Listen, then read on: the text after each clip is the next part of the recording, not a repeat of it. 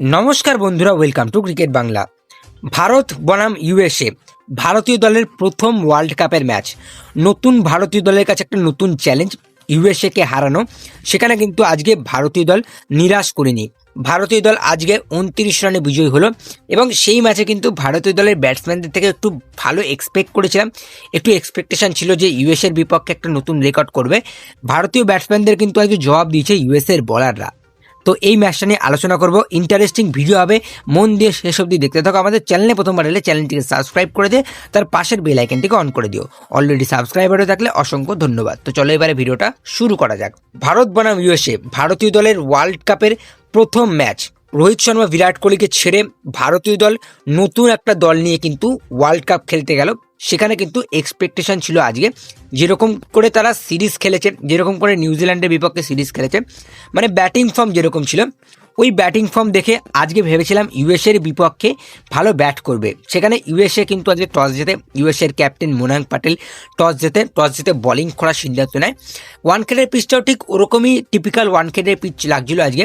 লাল মাটির পিচ, একটু heavy bounce ছিল, একটু স্কাঞ্জি বাউন্স ছিল, বল দুদিকে একটু নড়াচড়া করছিল, একটু সুইং হচ্ছিল। তো সেখানে হয়তো ভেবেছিলাম একটু বলারদের জন্য অনুকূলতা থাকছে, বাট ইউএসএর বলারদের জন্য এত অনুকূলতা থাকবে এটা জানতাম না। ঈশান কিষান, অভিষেক শর্মা ওপেনিং করতে নামে এবং অভিষেক শর্মা আমরা আজকেও দেখতে পেলাম কিন্তু 1 বলে 0 গোল্ডেন ডাক করে আউট হয়েছে।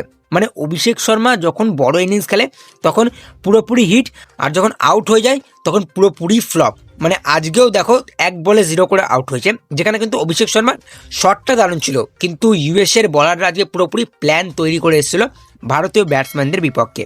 পুরো তৈরি হয়ে এসেছিল কোথায় ভারতীয় ব্যাটসম্যানদের স্ট্রেংথ রয়েছে, কোথাও উইকনেসেস রয়েছে, সেখানে কিন্তু ইউএসএর বলাররা আজকে বল করেছে এবং অভিষেক শর্মাকে রীতিমতো আজকে ফাঁসানো হলো। অফ স্টাম্পের বাইরে বল ছিল এবং প্রথম দিকে কিন্তু অভিষেক শর্মা কভারের উপর থেকে শট খেলতে ভালোবাসেন, ঠিক ওখানেই শটটা মারেন এবং সেখানে কিন্তু ফিল্ডার দাঁড়িয়ে থাকে, সেখানেই আলী খান ফিল্ডারটাকে দাঁড় করায় এবং প্রথম উইকেট পড়ে অভিষেক শর্মা 1 বলে 0।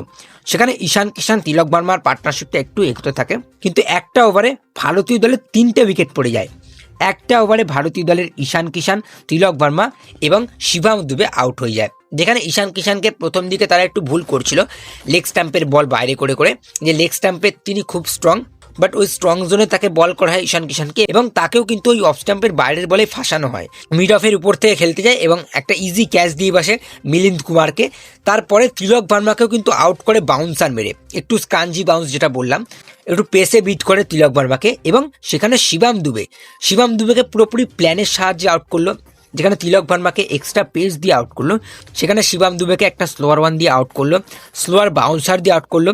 শিবম দুবে ওটার জন্য রেডি ছিল না এবং আমি আগেও বললাম যে ইউএসএর বলাররা আজকে পুরোপুরি প্ল্যান তৈরি করে এসেছিল, পুরোপুরি খাতা কলমে রেডি ছিল ভারতীয় দলের বিপক্ষে, পুরোপুরি প্ল্যান তৈরি করে এসেছিল এবং সেটা আজকে এক্সিকিউটও করেছে, ভালো খেলেছেও ইউএসএ।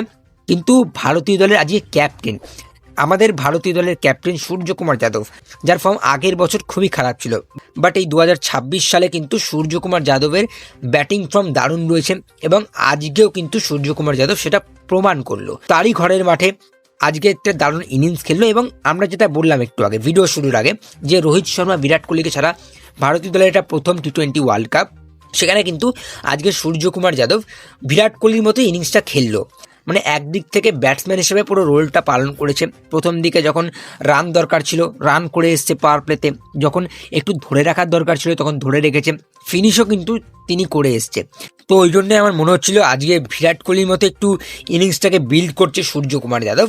দারুণ ব্যাট করেছে সূর্যকুমার যাদব, 84 রান করলো 49 বলে, 10টা 4, 4টে 6, স্ট্রাইক রেট বেশ ভালো, 171 স্ট্রাইক রেটে ব্যাট করেছে এবং লাস্ট ওভারে 21 রান মেরেছে সূর্যকুমার যাদব।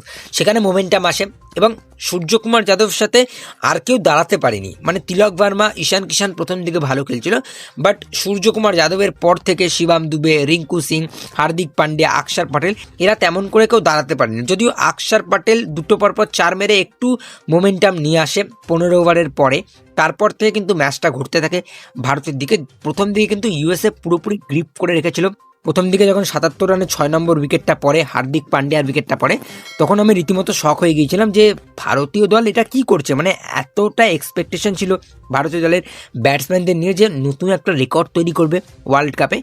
কিন্তু ইউএসএ পুরোপুরি রেডি ছিল। আর আজকে ইউএসএ দেখিয়েছে, ইউএসএর বোলাররা আজকে দেখিয়েছে ভারতীয় দলকে। সেখানে ভারতীয় দল মোটামুটি ব্যাট করে কোনোভাবে 161 ঘরে পৌঁছেছে।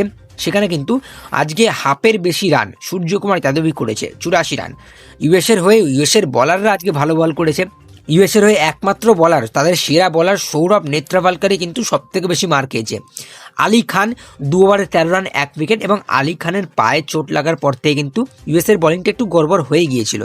ইউএসএর বোলিংটা একটু গড়বড় হয়ে যাওয়ার কারণে কিন্তু ইউএসএর বলাররা আর ডেথ ওভারে গ্রিপ করতে পারেনি, এবং সেখানে কিন্তু সূর্যকুমার যাদব রীতিমতো ভালো ব্যাট করে। এরপরে ইউএসএ যখন এই রানটা চেস করতে নামে, ভারতীয় বলারদের থেকে এক্সপেকটেশন ছিল তারা নতুন বলে উইকেট নেবে। সেখানে কিন্তু আজ মোহাম্মদ সিরাজ খেলছিল, এবং প্রথম দিকে আমি ভেবেছিলাম গৌতম গম্ভীর আজ কেন জাসপ্রীত বুমরাকে বসালো, মানে আজকেই জাসপ্রীত বুমরার দরকারটা ছিল, জাসপ্রীত বুমরাকে বসিয়ে রাখলো। ওখানে আমার একটু রাগ হচ্ছিল যে গৌতম গম্ভীর তাকে রেস্ট তো দিয়েছে, কিন্তু এই ম্যাচটা খেলাতে পারতো। তো আমার মনে হচ্ছিল যে মোহাম্মদ সিরাজ কি করবে, মোহাম্মদ সিরাজ তো স্কোয়াডেই ছিল না, 48 ঘন্টা আগে তিনি স্কোয়াডে ছিল না, এবং হর্ষিত রানা ছিটকে যাওয়ার পর কিন্তু সে দলে ব্যাকআপ হিসেবে আসে এবং আজকে প্লেইং 11-এর সুযোগ পেয়ে যায়। মানে যে 48 ঘন্টা আগে বাড়িতে প্র্যাকটিস করছিল, সে ওয়ানখেডের মাঠে ভারতীয় দলকে রিপ্রেজেন্ট করবে এটা ভাবতে পারেনি মোহাম্মদ সিরাজ। ইউএসএর হয়ে কিন্তু আন্দ্রিয়া গাউজ, তাকে কিন্তু সিরাজ আউট করে। ইউএসএর কিন্তু সব থেকে সেরা ব্যাটসম্যান কিন্তু সেই, মানে আন্দ্রিয়াস গাউসকে কিন্তু সিরাজ আউট করলো, এবং সেখানে কিন্তু সিরাজ প্রথম দুটো ওপেনারকে কিন্তু আউট করলো। মোহাম্মদ সিরাজ আজকে দারুণ বল করেছে, ডিএসপি সিরাজ আজকে 3টে উইকেট নিয়েছে, এবং মোহাম্মদ সিরাজের সাথে কিন্তু নতুন বলে আরশদীপ সিংও আজকে ভালো বল করেছে। আরশদীপ সিংও কিন্তু আজকে 2টো উইকেট নিল, 4 ওভারে 18 রান দিয়ে 2টো উইকেট আরশদীপ সিং। মোহাম্মদ সিরাজ লিডিং বলার, 4 ওভারে 29 রান দিয়ে 3টে উইকেট, বেশ ভালো বলিং। বরুণ চক্রবর্তীও আজকে একটা উইকেট নিয়েছে, ইকোনমিক্যাল ছিলেন, 4 ওভারে 24 রান দিয়ে একটা উইকেট। অক্ষর পটেল 4 ওভারে 24 রান দিয়ে 2টো উইকেট। হার্দিক পান্ডে আজকে উইকেট পায়নি, হার্দিক পান্ডের দিনটা খারাপ গিয়েছিল, বাট এক্সপেক্ট করবো হার্দিক পান্ডিয়া বড় ম্যাচের প্লেয়ার, এবং বড় ম্যাচে যেন তার ব্যাটে বলে দুদিক থেকে যেন আমরা পারফরমেন্স পাই, এটাই আশা করবো হার্দিক পান্ডিয়ার থেকে। বাকি হার্দিক পান্ডিয়া তেমন কিছু করতে পারেনি, যদিও কিন্তু আজকে ভারতীয় ব্যাটসম্যানদের মধ্যে কেউই সেরকম করে কিছু করতে পারেনি। ভারতীয় ব্যাটসম্যানদের মধ্যে শুধুমাত্র আমাদের ক্যাপ্টেনই ভালো খেলেছে, বাট বলারদের মধ্যে কিন্তু সবাই সেরকমভাবে পারফরমেন্স করেছে, যার জন্য কিন্তু আজকে ভারতীয় দল এই ম্যাচটা জিতলো। মানে এরকম ম্যাচ লাস্ট কবে দেখেছিলাম ভারতীয় দলের মনে পড়ছে না, তার কারণ ভারতীয় দল তো এরকম ব্যাট করে না। ভারতীয় দল যখনই প্রথম ব্যাটিং করে সেখানে 200 220 প্লাস করে, কিন্তু আজকে 160 রান করবে কে জানতো।